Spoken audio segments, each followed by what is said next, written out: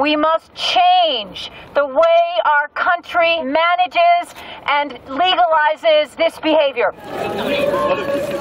Episcopal Bishop Marianne Budde led a recent march by clergy in Washington against gun violence.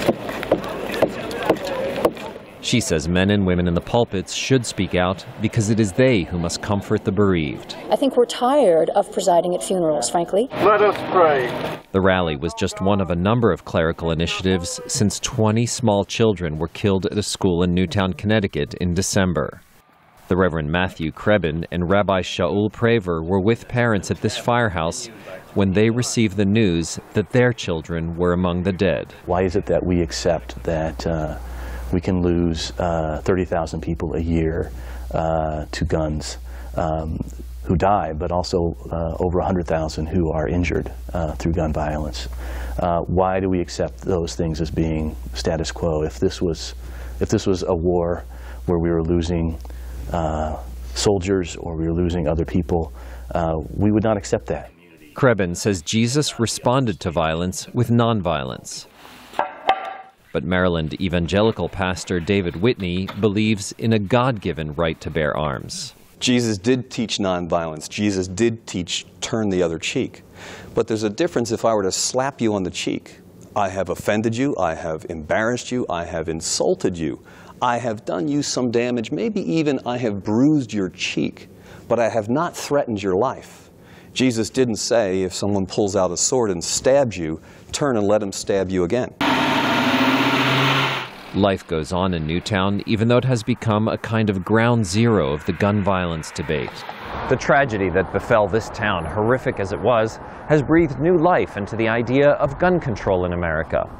But the question remains whether a religious initiative, by no means supported by all U.S. clergy, can keep it from dying a quick death in Washington. O Judge of the nation. These clergy want to shame opponents of gun regulations. Thanks be to God. Bishop Budde quotes the mother of 6-year-old Newtown victim Noah Posner. He lies forever motionless in the earth. He will never get to attend middle school or high school, kiss a girl, attend college, pick a career path, fall in love, marry, have children.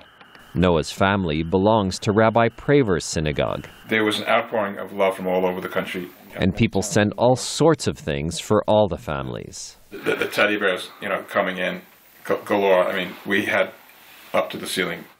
Praver says the ancient sages of his faith taught that regulation is needed to prevent crimes. The Talmud speaks, it's kind of an interesting story about a mouse that tries to get the cheese.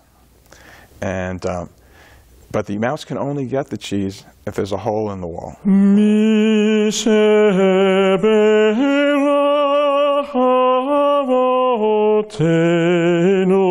Praver practices a healing prayer before a recent Sabbath.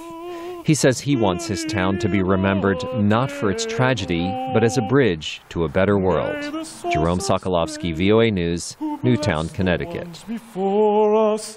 Help us find the courage to make our lives a blessing.